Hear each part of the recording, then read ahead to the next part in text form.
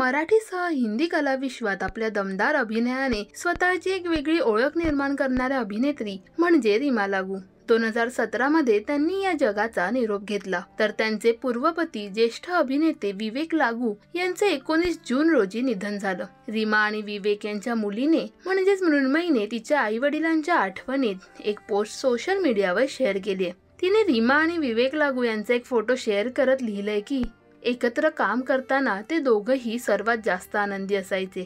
तेव्हाच हसायचे, चेष्टा करायचे, भांडायचे, एकमेकांशी गप्पा मारायचे. या आयुष्यात असा अनुभव घेण्याचा बहुमान सगळ्यांना मिळत नाही. आज तिचा वाढदिवस आहे.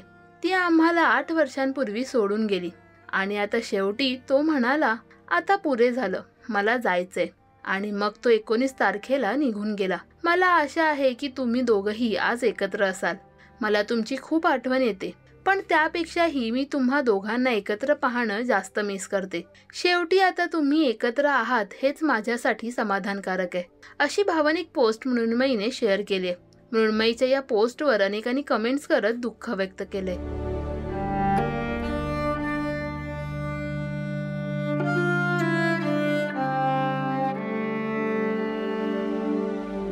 एकोणीसशे 78 साली रीमा आणि विवेक यांनी लग्नगाठ बांधली. मात्र त्यानंतर काही कारणास्तव त्यांच्यात कटुता आली आणि त्यांच्यातील मतभेद वाढू लागले. घटस्फोटानंतरही दोघांमध्ये सलोख्याचे नाते होते.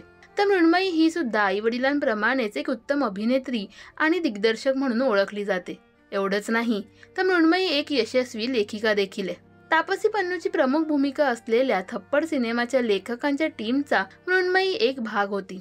तसेच खूप सारख्या गाजलेल्या प्रोजेक्टची लेखिका म्हणून देखील मृण्मयीने ओळख निर्माण केली. दरम्यान विवेक लागू यांच्या निधनानंतर मराठी सिनेविश्वातील कलाकार त्यांचे चाहते दुःख व्यक्त करतायत. विवेक आणि रीमा लागू यांचा कोणता सिनेमा तुम्हाला सर्वात जास्त आवडतो हे आम्हाला कमेंट्स मध्ये नक्की सांगा. मराठी सिनेविश्वातील बातम्या, अपडेट्स आणि गॉसिपसाठी सबस्क्राईब करा राजश्री मराठी.